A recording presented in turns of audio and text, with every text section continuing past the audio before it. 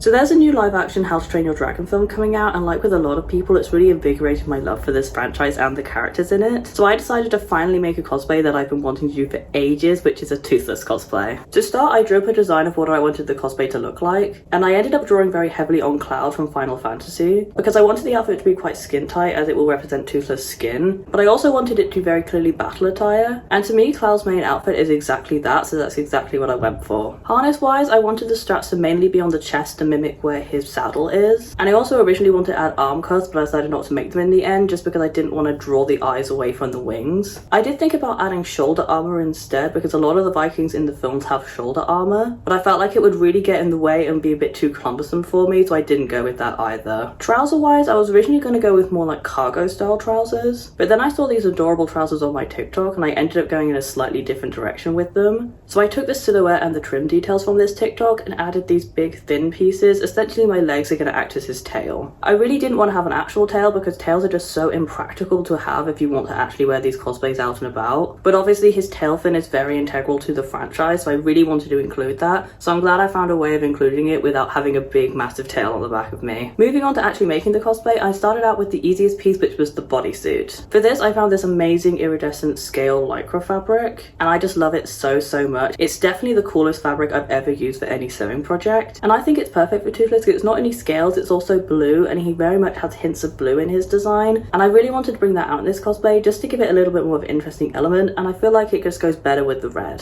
To make the bodysuit, I started out by cutting all the pattern pieces that I would need. For this I used a trace pattern from a bodysuit that I own, which did include the collar piece. I just completely forgot to record that, and at this point I did forget to shorten the shoulder seams. I do shorten them later on so they have that more Cloud aesthetic. I then simply sewed all these pieces together, and I did a rolled hem at the armholes. I didn't bother doing a hem at the leg holes as I knew these wouldn't be seen at any point, and I also didn't want to risk losing elasticity around that point because I find the elasticated upper thigh pieces to be incredibly uncomfortable, so I wanted to keep them as loose as possible. Then I added buttons to the crotch piece just so I could get in and out of it very easily, and also buttons to the back that will later have the wings attached to. I decided to make them fully detachable just so I could wash this bodysuit with no issues, and also so that I could possibly wear this cosplay without the wings on it, so I could use the bodysuit for other things, and I could also wear it to conventions that are a little bit more tightly packed. And with that said, the bodysuit is all done. It's very simple, but I feel like it really works for this cosplay because I don't want it to be the main piece. Now onto the trousers, which were by far the most fun part of this cosplay. For this I just used cotton fabric in dark blue and red.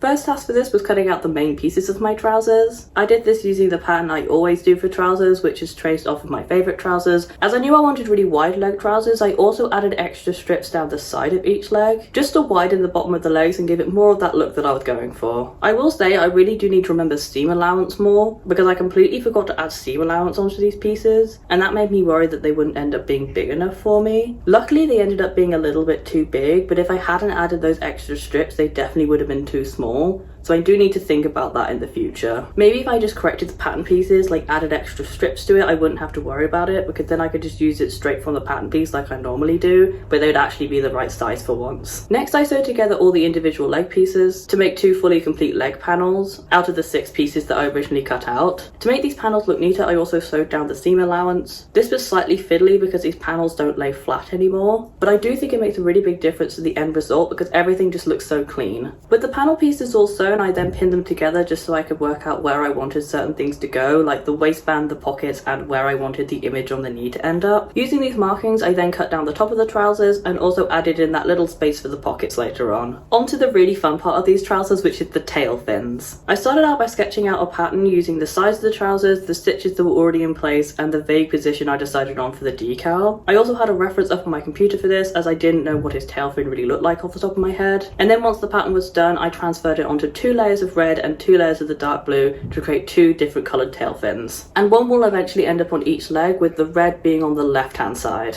To make these pieces into finished fins, I sewed 2 same coloured panels together, right side together, all the way around the outside edge but not the inseam of the trousers as I needed to be able to flip them the right side in. To make this easier on me, I sewed each curve separately rather than continuously so that I could be sure that I was getting the most accurate representation of my pattern piece and also getting really sharp points on those tails. Once I'd done that, I flipped the pieces the right side out, ironed them all flat, and then top stitched all the way around the edges of the fin just to make that stitching detail match the rest of the trousers. This part could be done with a continuous stitch because slight hiccups wouldn't change the shape of the design. design. And finally, I heavily starched both these fins because I wanted them to have enough strength to kind of stick out at the side of my leg, just so you can see that really nice curved detail. With the fins all made, I then sewed them directly onto the trouser leg just by following the same stitches as before. Mostly this is the ones on the fins themselves, but I also traced the stitches down the side of the trousers once I reached that point. Surprisingly, these fins didn't take anywhere near as long as I thought they would. In my head, they were going to be really fiddly, and I've also never starched anything before, so I wasn't quite sure how that process was going to go. But all in all, they were actually quite simple, and they would work really well as nice additives onto pre-made trousers. Like, they definitely have a lot of steps, but each step is quite simple and quite contained. Now that the fins were attached, I then went on to painting on the Viking skull onto the red side. For this, I first sketched out the design using my fabric pen. This is a chalk pen that dissolves easily with water, so it's perfect for things like this where you don't know if you're going to be able to draw it perfectly first time. With the sketch down, I then moved on to using fabric paint, and with this fabric paint, I thought it had gone off at first because it was really goopy, putty-like texture that I could hardly get to stick to my brush, and then it was super milky going on and quite transparent. However, as it dried, it actually turned out to be really opaque, so I guess it wasn't off. All of the fabric paints I've used in the past were really liquidy. This one was just a completely different texture than what I was expecting, so I feel like that's definitely why I was mostly thrown off by it. But now I feel like this is actually one of the better fabric paints I've used because it is so opaque. I only had one coat on most of these areas and it came out really cool. I will definitely have to use it again now that I actually know what to expect with this paint. You can do such cool things with fabric paint because you can really put anything on anything. You just have to heat seal it at the end so it doesn't come off in the wash. And with that, the fins were done and I could move back up to the top of the trousers to add in the pockets. With pockets, I always seem to do them completely differently every time I do them, so they're quite hard for me to explain. With these ones, I started out by cutting out two pieces, one of red and one of blue, both of which are squares, but one has the same indents I cut out the trousers earlier, so I can put this right size together with the trouser leg and sew along that opening. Then I flipped it onto the inside and ironed and sewed it into place. This results in a really neat looking exterior to the trousers that also creates a panel for the fabric on the inside of the pocket to be attached to. Pockets always confuse me slightly when I start them because they always seem like they're on the wrong side, but if I keep the trouser pieces the right way up throughout the process, it really helps alleviate that issue, as it really reminds me that it doesn't really matter what's going on inside the pocket. As long as it looks good on the outside and you can physically put your hand in it, it's a good pocket. Next, I put in the zipper, and I really tried to film this in a way where it showed each step because I knew I wouldn't be very good at explaining it, but I feel like it still comes across slightly confusing in video form. I'm just really not very good at explaining how I sew. I feel like I'm okay at the sewing part, but once it comes to explaining what I did, I completely forget how I did everything. I also did this process a few weeks ago, so now I can't really remember what I did exactly, mainly because my zipper process changes every single time. I feel like I'm getting slightly better at actually making it look like a professional zip. I've had massive issues where the zip's really far away from the seam, or really jaggedy, or just too high up on the body. So I feel like I need to get a set way of doing the zip first, and then I'll be able to explain it better if that makes any sense. My zipper process is just a testament of practice makes perfect, and I'm not quite at the perfect section yet. With the zipper in place, I could then sew the last two seams of my trousers, those being the back rise and the inseam, which once done resulted in finely wearable trousers. Well, they're not fully wearable at this point because they don't have a waistband and they have raw hems on the bottom, but you can definitely put them on and see if they fit you at this point. Next, I added on the waistband, which I made partially elasticated at the back just to give the trousers a slightly better fit. The waistband started out as a long strip of fabric 4 times the desired width of the waistband that was then ironed in on itself twice to create a binding piece. To sew this piece, I started out by fully opening the binding and sew it along the inside of the trousers along the fold line. I also added the elastic at this point to the back of the trousers, just by sewing the edges of it down, and I also sewed the center of it at this point, but I ended up breaking that apart later on just because it was really hard to actually get the rest of the waistband on. And to get the rest of the waistband on, you just refold it back over the top and sew it directly across. I don't really know how to do this where you don't end up with a top seam on it. I feel like you just have to do it the exact opposite way around from what I did, so you sew the front on first, then fold it over onto the back and then stitch in the ditch. But for me, I wanted that seam detail because it's everywhere else on the trousers, so I did it along the bottom just to attach it to the trousers, and then I did a detail one along the top as well. So these trousers have a really narrow waistband, so I got really tiny little buttons for it. I wouldn't usually use these for a waistband because they're not very strong, but I just think they look really cute for this, and I really like how they look with the aesthetic. I also, like always, hand sewed the buttonholes. I really enjoy doing this, and I've been doing it a lot recently. I've also been working on a link cosplay, and it's got a lot of buttons down the front of it. You will see that in a few weeks' time. I just think it's really fun and relaxing. It's such an easy thing to do. You just cut a hole and then you just like loop around it, and you can do it with a matching thread or you can do it with an accent thread. Either way, I think it looks really cool. Going now from the top of the trousers down to the bottom of the trousers, I finally added the little whimsical details onto them. These started out as 2 strips of fabric and 2 pieces of ribbon, one for each each leg. With the strips, I sewed them both in half and then gathered them. Gathering is something I've been doing with a lot of my sewing projects. I just love it. It makes me very happy to do. I feel like it really adds a little bit of flair to everything that I have. Once I had my gathered pieces, I then sewed the red onto the bottom of the trousers. With the red sewed on, I then sewed the ribbon over the top just to cover up all the stitches and make everything look really neat. I really want to do this with more trousers. Usually I have quite a tight ankle look on my trousers because they kind of annoy me when they hit my shoes.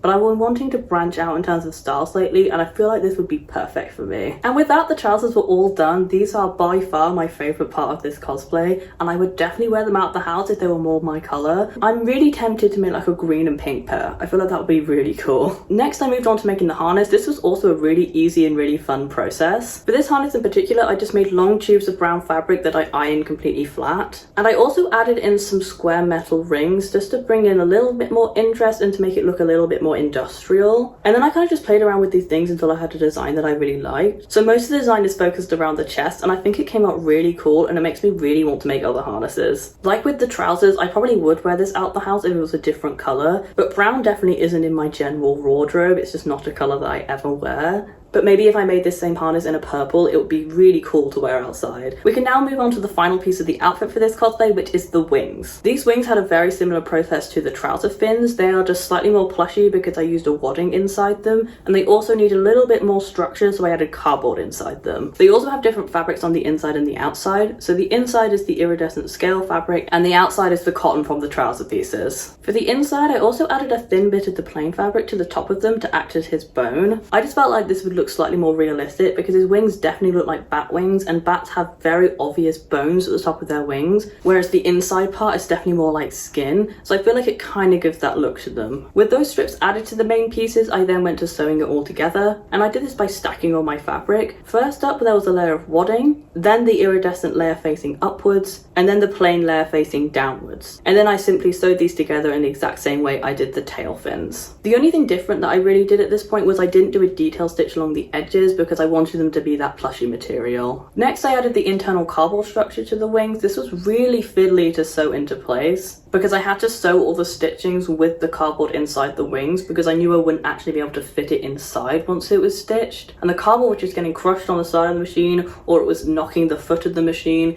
It was just a bit of a nightmare, but I do feel like they came out quite nice. They're not like the cleanest wings in the world, but it is my first time ever making plushy wings. So for that, I feel like they came out okay. The main lines I wanted on the wings was going from the bottom points to the top point, and they are very clear and obvious on these wings because of the plush. So I feel like it really comes across as his wings. They just don't come across as overly professionally done. Finally, I hand sewed the two sides of the wings together and sewed the buttons on so I could attach it to my bodysuit later. And with that, the main cosplay was done, and I could move up to my head to add on the extra details. So I was originally going to do a wig for this character, but I couldn't think of a hairstyle that I wanted that wasn't just Hiccup's hair, and I felt like that was kind of just derivative and kind of pointless. So instead, I thought I'd dye my own hair to go with this character. Usually I don't have my hair this dark, it's usually much brighter, but I did the sides black and then I did the top red. Well, the sides of my hair are black. I just dyed them so that the shine is the same from this point to this point. And I feel like it came out kind of good. It's probably not a hair color that I'll keep for very long, but for this cosplay it works really, really well. And then finally, Toothless has like axolotl style ears on his head, and I really wanted to include these just because they're really cute and I feel like they bring everything really well together. So I made these as simple as possible, just using leftover iridescent and blue fabric, with the front side being iridescent and the back side being that blue. I also made them plushie with toy stuffing, and I do think they look really cute. I think they would actually make a really cute accessory for like going to like a Disney park or something. Well, not Disney, Universal. I completely forgot that it's not a Disney film. I think it's because I keep seeing videos of the parks and I assume they're Disney parks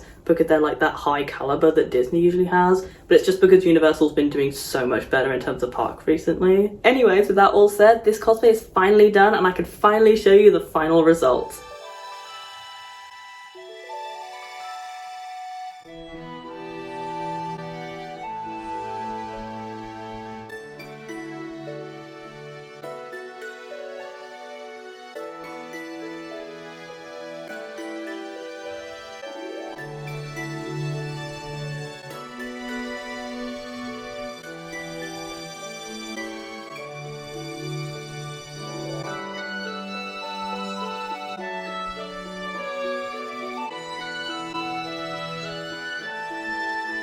All in all, I feel like this is the best cosplay that I have ever made. It is the most detailed, it has the most pieces, it's the most individual I think I've ever done. And I really want to keep my cosplays at this caliber from now on, if not better. I've also just learned to make things that I feel like would really fit into my everyday life. Like the harness, I definitely am going to be making some harnesses. The trousers show me that I can wear different styles of trousers. And I also always love a bodysuit. I feel like bodysuits just work so well with a lot of my outfits. And this style of bodysuit I just love because again, it reminds me of Cloud from Final Fantasy. The wings I'm now using as decoration on my bedroom wall. I'll put a little video in of them because I think they're too cool to put away and they make a really good statement piece for a wall. It makes me want to make different character wings and decorate the wall with them. Like maybe do some like My Little Pony wings or something on there. I think they would just look really cool as like a cosplay gallery of some sort. But yeah, I think that's everything I wanted to say for this video. If you did enjoy it, please give it a like down below. Comment your thoughts on the cosplay. Do you like it? Would you do it differently? Do you want to see me make more harnesses? Just really let me know anything you want down below in the comments. And also subscribe as I'm trying to post a video every single week and I'd love to see you again. But until then, bye!